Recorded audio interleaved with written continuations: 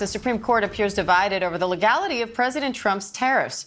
Lawyers for more than 700 small businesses argued before the court yesterday, saying Trump's trade war is causing them irreparable harm and that he doesn't have the authority to impose the tariffs. But the Solicitor General argued some exceptions in the Constitution give the president that power during times of national crisis. Now the justices are deciding if those exceptions apply here. Women's outdoor apparel brand Wild Rye is part of that group of small businesses, and their founder, CEO Cassie Abel, is here with more on that suit. Cassie, thank you for coming on. The justices appeared divided on this as they asked their questions in the hearing yesterday. How do you think that hearing went? I'm just trying to be as optimistic as possible that they'll continue to challenge the executive branch's overreach in this case. So, I mean, that's the most we can do is be extremely hopeful. You say these tariffs have cost your company hundreds of thousands of dollars. You even had to launch an equity crowdfunding campaign. So break that down for us. Where are these costs coming from and how is it impacting your bottom line? Yeah, so, I mean, baseline, we produce highly technical outdoor apparel. So our baseline HTS code classification duties are about 20%, and then we have about 7.5% from the previous time that Trump was in office. And we've been looking at tariffs anywhere from 30% to 140% on top of that due to the IEEPA reciprocal tariffs. So those large swings are crippling and paralyzing for a brand like us.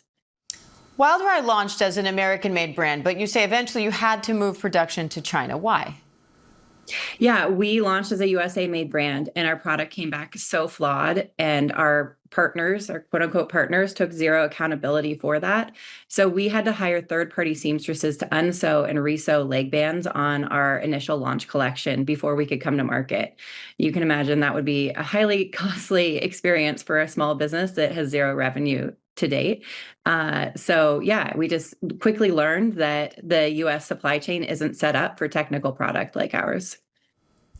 President Trump says Americans are going to have to put up with a little bit of pain, but that it will be worth it to bring manufacturing back to the US. What's your response to that? Yeah, it's going to take generations to bring textile manufacturing, especially high quality, highly technical at scale.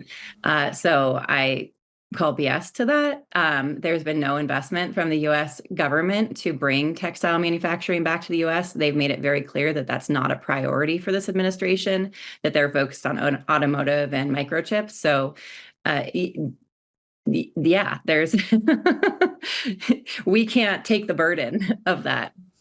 What do you want out of this suit? I want to be repaid what the government took from us at this point. Like, I'm looking for a refund from the tariffs that we've paid out unexpectedly. We're a small business. We're having to pass a lot of that cost along to our customers because we can't absorb it. Like, we wouldn't stay in business if we absorbed 100% of those tariffs. All right. Founder and CEO of Wild Rye, Cassie Abel, we appreciate your time today. Thank you.